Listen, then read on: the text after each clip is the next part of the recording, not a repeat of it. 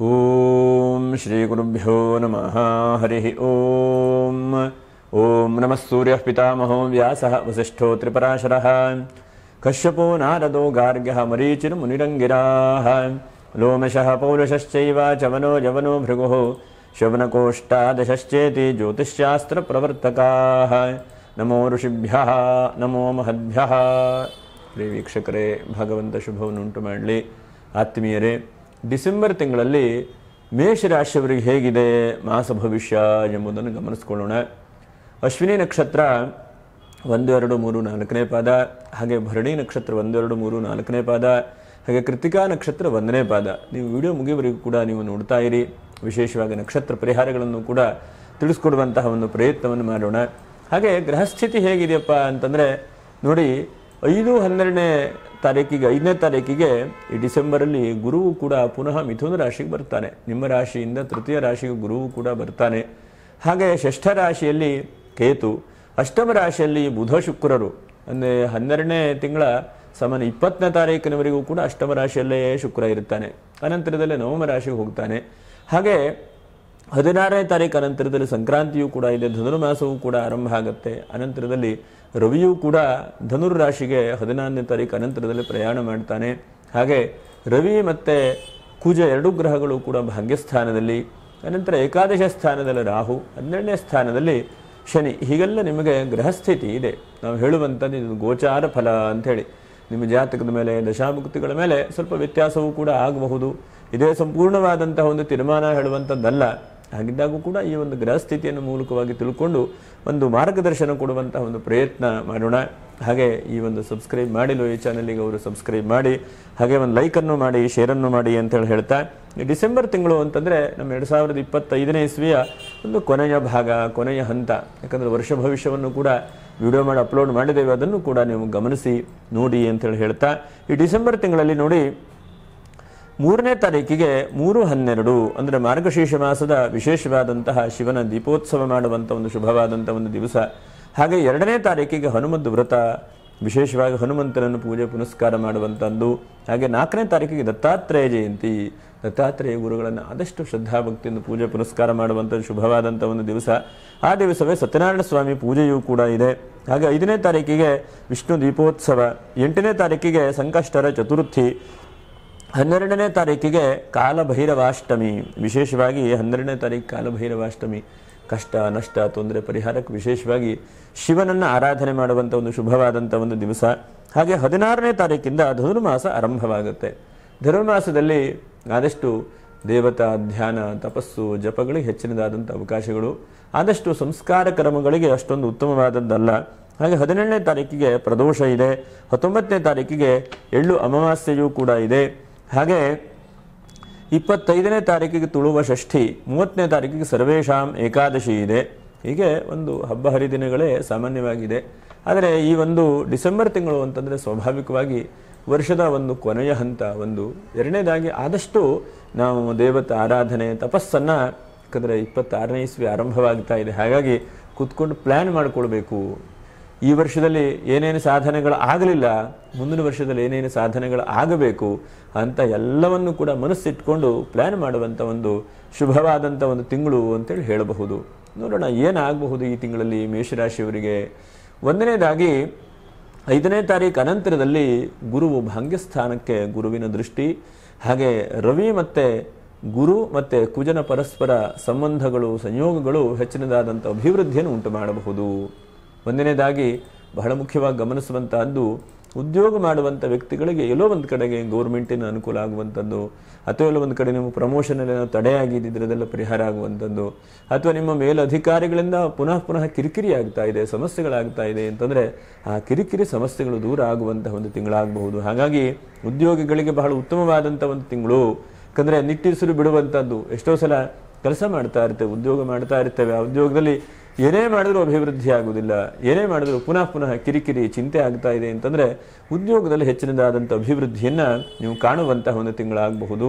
ಅನಂತರ ಬಹಳ ಮುಖ್ಯವಾಗಿ ಗಮನಿಸುವಂಥದ್ದು, ನಿಮಗೆ ಗೊತ್ತಿದ್ದ ಹಾಗೆ ಸಾಮಾನ್ಯವಾಗಿ ಈ ತಿಂಗಳಲ್ಲಿ ಅಷ್ಟಮದಲ್ಲಿರುವಂತಹ ಒಂದು ಶುಕ್ರನ ನವಮಕ್ಕೆ ಬರ್ತಾನೆ.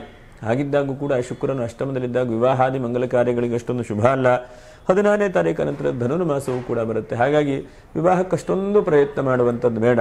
ನೀವೇ ಯೋಗವನ್ನು, ಧ್ಯಾನವನ್ನು, ಶಿವನ ಆರಾಧನೆಯನ್ನು ಅಥವಾ ಪ್ರತಿ ದಿವಸವೂ ಕೂಡ ಧನುರ್ಮಾಸದಲ್ಲಿ ಇದು 1 ತಿಂಗಳು ಮಾಡಿದ್ರೆ 12 ತಿಂಗಳಕ್ಕೂ ಕೂಡ ವಿಶೇಷವಾದಂತಹ ಪುಣ್ಯಾಂಶಗಳು ಕೂಡ ಪ್ರಾಪ್ತಿಯಾಗುತ್ತದೆ.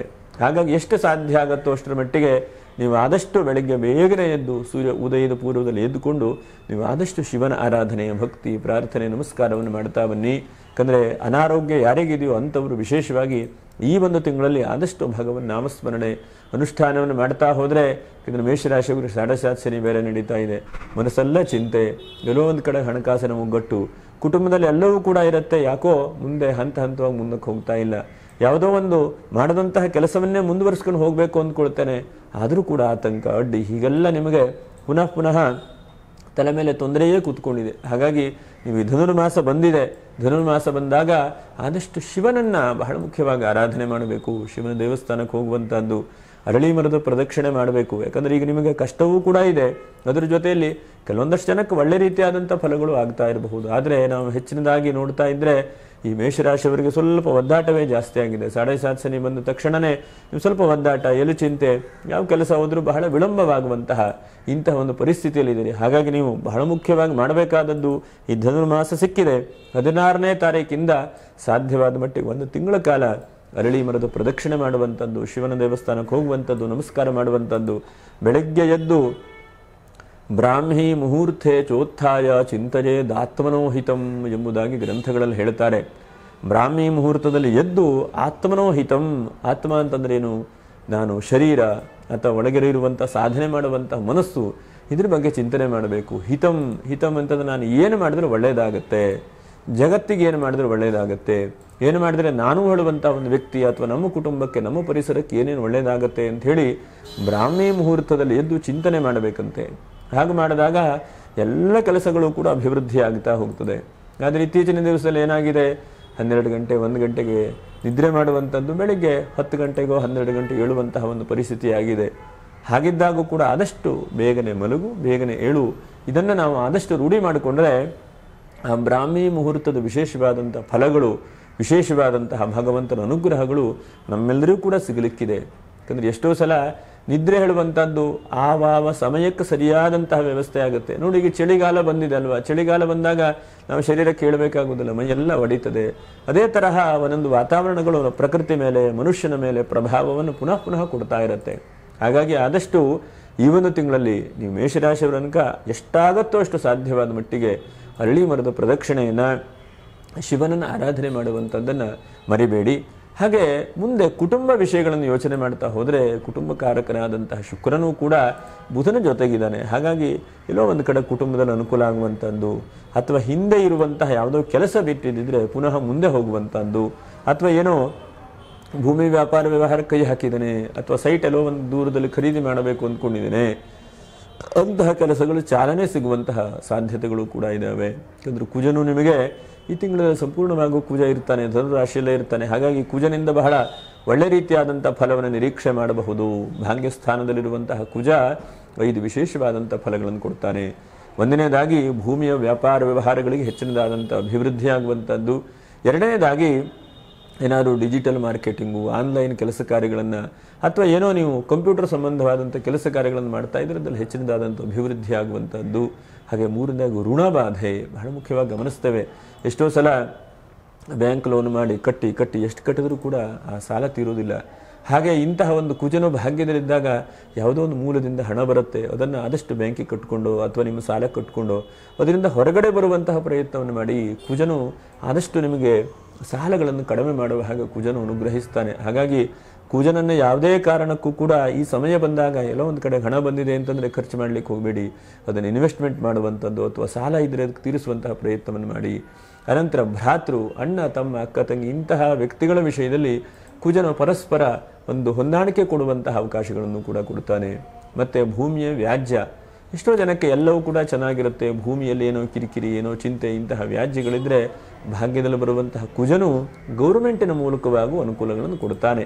ಎಷ್ಟೋ ಸಲ ಗೌರ್ಮೆಂಟ್ ಆಫೀಸಲ್ಲಿ ಕೆಲಸಗಳಾಗಬೇಕಾಗ್ತದೆ, ಅಣ್ಣ ಬಂದರೆ ತಮ್ಮ ಬರಲ್ಲ, ತಮ್ಮ ಬಂದರೆ ತಂಗಿ ಬರಲ್ಲ. ಹೀಗಾಗಿ 15 ದಿವಸ, ತಿಂಗಳ, 6 ತಿಂಗಳ, ವರ್ಷ, 2 ವರ್ಷ ಹೀಗೆ ಮುಂದೆ ಹೋಗ್ತಾ ಇರುತ್ತೆ. ಹಾಗಾಗಿ ಇಂತಹ ಒಂದು ಸ್ಥಿತಿ ಇದ್ದಾಗ ನೀವು ಗೌರ್ಮೆಂಟಿನ ಕೆಲಸ ಇರಬಹುದು ಅಥವಾ ಕೌಟುಂಬಿಕವಾದಂತಹ ಕೆಲಸ ಇರಬಹುದು, ಇದನ್ನು ಜಾಸ್ತಿ ಪ್ರಯತ್ನ ಮಾಡಿಕೊಳ್ಳಿ. ಇದರಿಂದ ಹೆಚ್ಚಿನದಾದಂಥ ಅವಕಾಶಗಳನ್ನು ಕೂಡ ಕುಜನು ನೀಡ್ತಾನೆ. ಅನಂತರ ವಿದ್ಯಾರ್ಥಿಗಳ ಜೀವನದಲ್ಲಿ ತಕ್ಕ ಮಟ್ಟಿಗೆ ಅನುಕೂಲತೆಗಳಿದೆ. ವಿದ್ಯಾರ್ಥಿಗಳಿಗೆ ಏನೂ ಇಲ್ಲ ಅಂತೇನಿಲ್ಲ, ಹೆಚ್ಚಿನದಾದಂಥ ಲಾಭಾಂಶಗಳನ್ನು ಕೂಡ ಕಾಣಬಹುದು. ಅಷ್ಟಮದಲ್ಲಿರುವಂಥ ಬುಧನು ಸ್ವಲ್ಪ ಇವತ್ತಿನ ಜೀವನದಲ್ಲಿ ಹೇಗೆ ಅಂತಂದರೆ ಬಹಳ ಜಂಜಾಟ, ಬಹಳ ಟೆನ್ಷನ್ನು, ಬಹಳ ಇದ್ರ ಬಗ್ಗೆ ಜಾಸ್ತಿ ಹೋಗಬಹುದು. ಹಾಗಿದ್ದಾಗೂ ಕೂಡ ವಿದ್ಯಾರ್ಥಿಗಳು ಫೋಕಸ್ಸನ್ನು ಜಾಸ್ತಿ ಹಾಕಿ, ಯಾಕಂದರೆ ಮುಂದಿನ ವೃತ್ತಿ ಜೀವನ ಹೇಗಿರಬೇಕು, ಯಾವ ಸಬ್ಜೆಕ್ಟನ್ನು ತೆಗೆದುಕೊಳ್ಬೇಕು.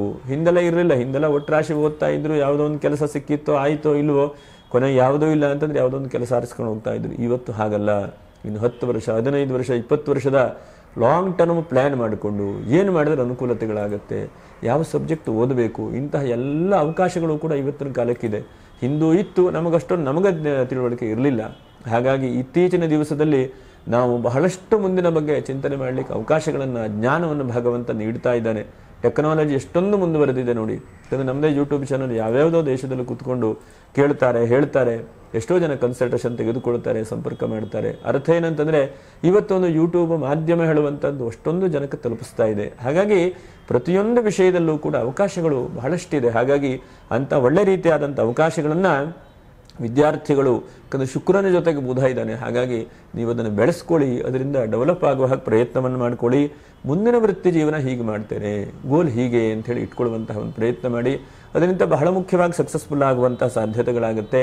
ಇನ್ನು ಹಣಕಾಸಿನ ವಿಷಯದಲ್ಲೂ ಕೂಡ ಒಂದು ಹಂತಕ್ಕೆ ಹೆಚ್ಚಿನದಾದಂಥ ಅವಕಾಶಗಳನ್ನು ಕೂಡ ಕೊಡ್ತಾನೆ. ಯಾಕಂದರೆ ಕುಜನೋ ಭಾಗ್ಯದಲ್ಲಿದ್ದಾನಲ್ಲ, ನಿಮ್ಮ ಸಾಲ ತೀರಿಸ್ಲಿಕ್ಕೆ ಕೊಡ್ತಾನೆ, ಇದರೆಲ್ಲ ಒಂದು ಕಡೆ ಮೂಲ ಬರುತ್ತೆ ಅಂತಲೇ ಅರ್ಥ. ಹಾಗಾಗಿ ಆರ್ಥಿಕವಾದಂಥ ಅಭಿವೃದ್ಧಿಯನ್ನು ಕೂಡ ಕೊಡ್ತಾನೆ. ಆದರೆ ನೂತನವಾದಂತಹ ವ್ಯಾಪಾರ ಏನಾದರೂ ಆರಂಭ ಮಾಡಬೇಕು ಅಂತಂದರೆ ಈ ತಿಂಗಳಲ್ಲಿ ಅಷ್ಟೊಂದು ಅನುಕೂಲ ಇಲ್ಲ. ಸ್ವಲ್ಪ ಚಿಂತೆ, ಸ್ವಲ್ಪ ಟೆನ್ಷನ್ ಇರೋದ್ರಿಂದ ಸ್ವಲ್ಪ ನಿಮ್ಮ ಪರಿಸ್ಥಿತಿ ನೋಡಿಕೊಳ್ಳಿ. ಸಾಲದ ಮೇಲೆ ಸಾಲವನ್ನು ಜಾಸ್ತಿ ಮಾಡ್ಕೊಳ್ಳಿಕ್ಕೆ ಹೋಗಬೇಡಿ.